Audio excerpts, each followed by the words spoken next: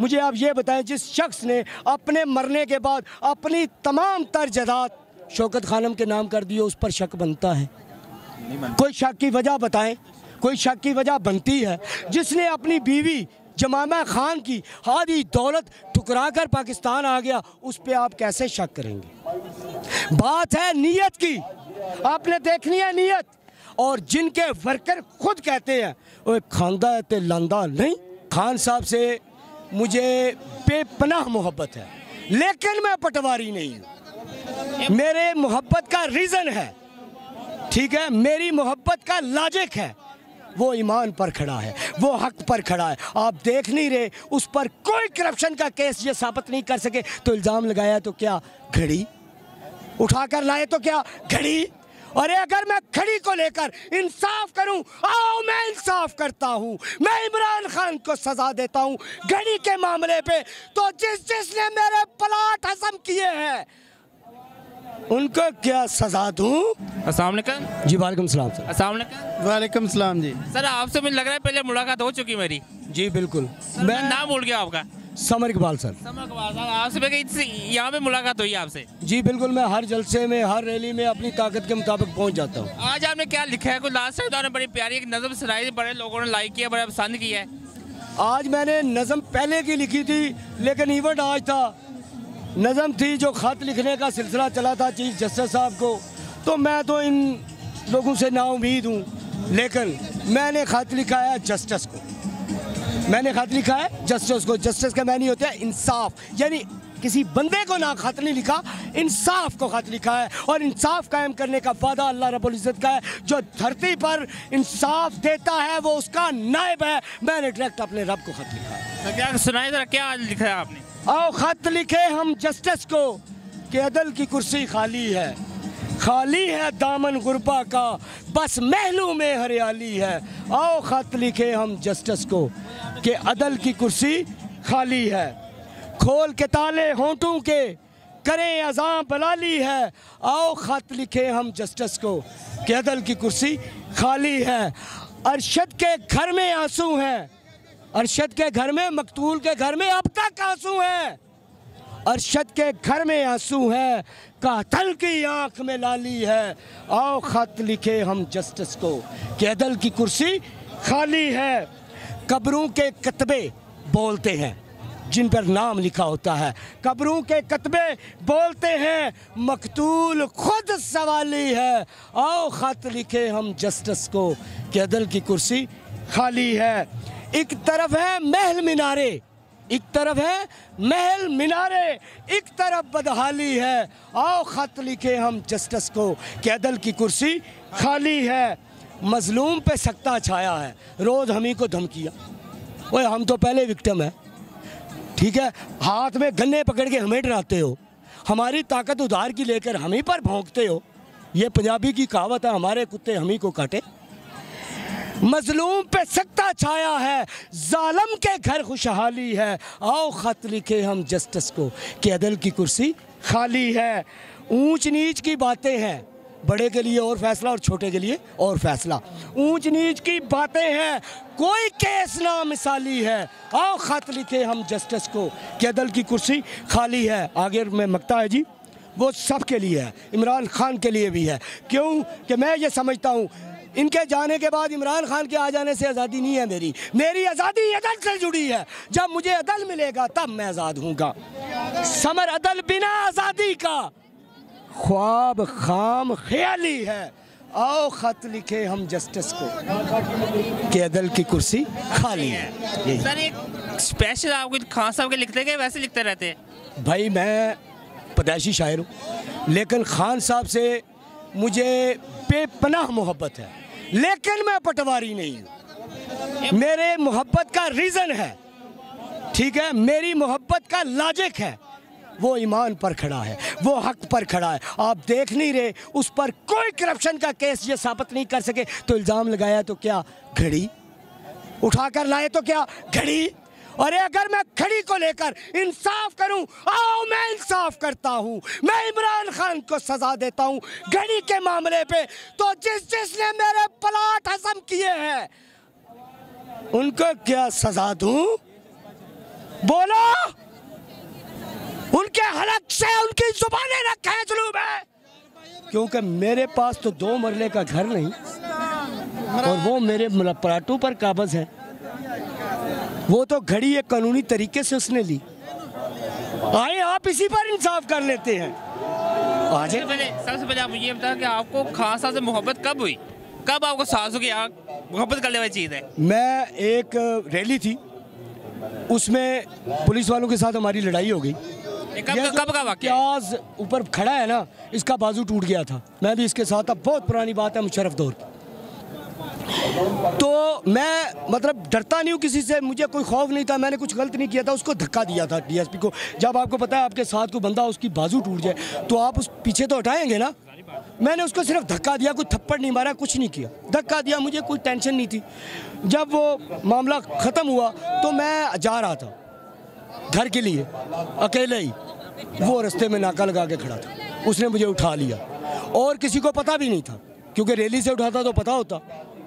उस वक्त मोबाइल का भी दौर नहीं था। वो मुझे ले गया, उसने मुझ पर झूठे मुकदमे ये वो सब कुछ कर दिया।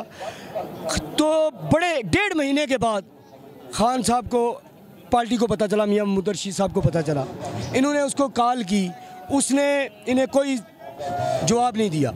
उसके बाद फिर खान साहब को कॉल करनी पड़ गई। तो खान साहब से उसने कहा कि ये बंदा कत्ल में इन्वॉल्व है, तो आप कहते तो मैं छोड़ देता हूँ। वो बड़ा ड्रामेबाज था। तो खान साहब ने कहा कि अगर तुम सच कह रहे हो तो मेरी कॉल की परवाह नहीं कर लो, फांसी पे लगा दो। ठीक है, अगर तुम सच कह रहे हो, लेकिन याद रखो मैं इन्वेस्टिगेट खुद करूंगा और मैं देखूंगा कि तुम सच कह रहे हो कि नहीं, क्योंकि ये मेरा कारकुन है। अगर तुम झूठ कह रहे हो तो मैं तुम्हें नहीं छोड़ूंगा। फिर इमरान खान ने, फ़रख हबीब और जिन लोगों ने मेरी इन्वेस्टिगेट किया, मुद्दइयों से मेरी तस्वीर लेके गए, वो जो कत्ल डाल रहा था, तो उन्होंने जब मुझे पहचानने से इनकार किया, तो फिर खान ने जो उस डीएसपी के साथ किया वो मैं लाइव बता नहीं सकता। हालांकि उस वक्त वो मुझे छोड़ रहा था, लेकिन खान ने जो फ़ोन पे उसकी की तो उसने मेरा चालान कर दिया।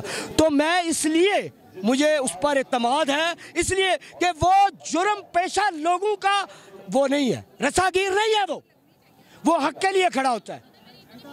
मैं उसको पहले से जानता हूँ, इसलिए मैं उससे मोहब्बत करता हूँ, क्योंकि वो मेरे वतन पाकिस्तान से मोहब्बत करता है, इसलिए मैं उससे मोहब्बत। सर आप ये बताएं, क्या खान साहब आज अपने मकसद में कामयाब हो जाएंगे कि फिर आगे 1.5 दी जाएगी? मैं आपको एक छोटी सी बात बताता हूँ, इसका जवाब मैं आपको बड़े कायदे और कानून से दे दूँगा और आपको समझना पड़ेगा उसको। जब कौमें इस हालत में आ जाती हैं, बात अब खान की नहीं रही, बात है कौम की, इस हालत में पहुंच जाती है तो उनके लगे रास्ते 2 होते हैं। एक रास्ता होता है उनकी बर्बादी का, या तो उन्होंने ख़त्म होना होता है, और दूसरा रास्ता होता है बका का। बका का रास्ता ऐसे ही गुजरता है। अगर आपके अंदर तब्दीली पैदा हो जाए तो समझ ले आपको कोई गिरा नहीं सकता, आप यहाँ से बच निकलेंगे। और अगर तब्दीली पैदा ना हो, मायूसी को आप अपना मुकद्दर बना लें और ग़ुलामी को अपने पर फ़र्ज कर लें, तो आप फिर तबाह होने से आपको कोई नहीं बचा सकता। और इस कौम में तब्दीली जाग रही है, लोग जाग रहे हैं, चाहे थोड़े हैं या बहुते हैं, लोग जाग रहे हैं, लोगों के अंदर लावा उबल रहा है। ये फटेगा, पाकिस्तान बचेगा। ये बताए कि ऐसी क्या ज़रूरत पेश है खान साहब को? उन्हें गरीबी भेजी थी, कोई पैसे चाहिए या कोई और चक्कर था या किसी को देने थे, क्या मामला था ये ना, मैं कोई खान साहब का वो स्पोक पर्सन नहीं हूँ कि उनके साथ होता तो सारी बात मैं तफसील से बयान कर सकता था। बात यह है कि जो बताया जा रहा है, खान साहब ने जो कहा कि वो सड़क बनवानी थी और वो सड़क पर पैसा उसने लगाया, मैं उसकी ईमानदारी पर शक कैसे करूँ? मुझे आप ये बताएं, जिस शख्स ने अपने मरने के बाद अपनी तमाम तर जायदाद शौकत खानम के नाम कर दी, उस पर शक बनता है? कोई शक की वजह बताएं, कोई शक की वजह बनती है?